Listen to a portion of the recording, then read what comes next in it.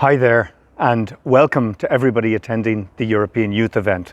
I'm Ciarán Cuffe. I'm a member of the European Parliament from Dublin, Ireland, and I want to talk to you a little bit about the European Green Deal and the renovation wave. But before I start, I want to say it's a real honour and a pleasure to be with you and the European Students' think tank, the working group on the environment. And I know a lot of you are studying energy and energy performance, so I guess what I'm going to talk to you about is at the heart of your studies. But first of all, let's talk a little bit about the European Green Deal. This was first announced by the European Commission over a year ago. And really, in a nutshell, it's about reducing greenhouse gas emissions. To be precise, 55% between 1990 and the year 2030. That's pretty ambitious because a lot of the heavy lifting still has to be done over the decade ahead.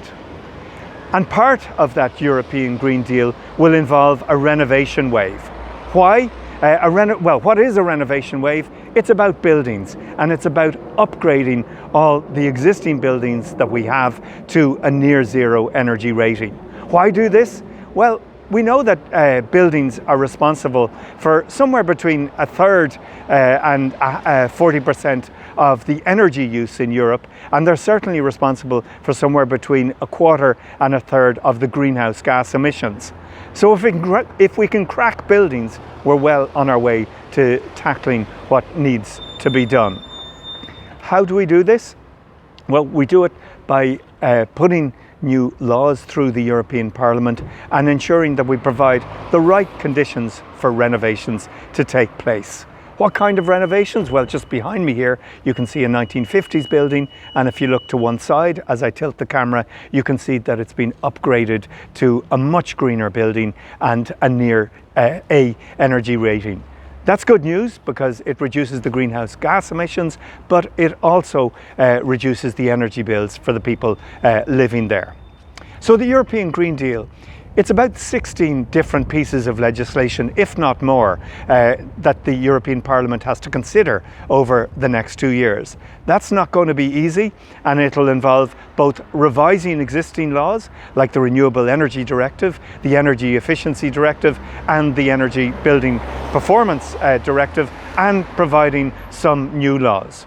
But buildings, I hear you say, can we do this? I think we can. And last year, I completed a report, an own initiative report on the renovation wave. And I laid out some of what needs to be done. We need minimum energy performance standards. We need to decarbonise heating and cooling. We need to tackle energy poverty. And we need to work with communities and not just do it as a top-down issue. So we need one-stop shops to give communities the information that they need to renovate. What are the challenges? Well, we know that the existing rate of renovations is pretty low, around 1% a year, and we need to get that up to 2 or 3%. There's also a skills deficit. We need to get more people into working on renovations, and we need to get that renovation rate up to 2 or 3% a year. That's not going to be easy, and we need to retrain people from professionals. I mean, I'm trained as an architect, and I know there's a lot of new skills that I would need to do this work, but also for the craftspeople doing the work, they need new skills on insulation and on heating systems. So low skills or improving the rate of renovation is the first thing, improving the skill set is the second. The third issue is that of finance. And at the moment, the rate of return on renovations is relatively low. But what I'm hearing from the European Investment Bank and the European Central Bank is if we can give a bit of legal certainty with the new laws that we pass, we'll see more money going into renovation because the rate of return is very clear and it's there over a 10, 20 or 30-year time horizon.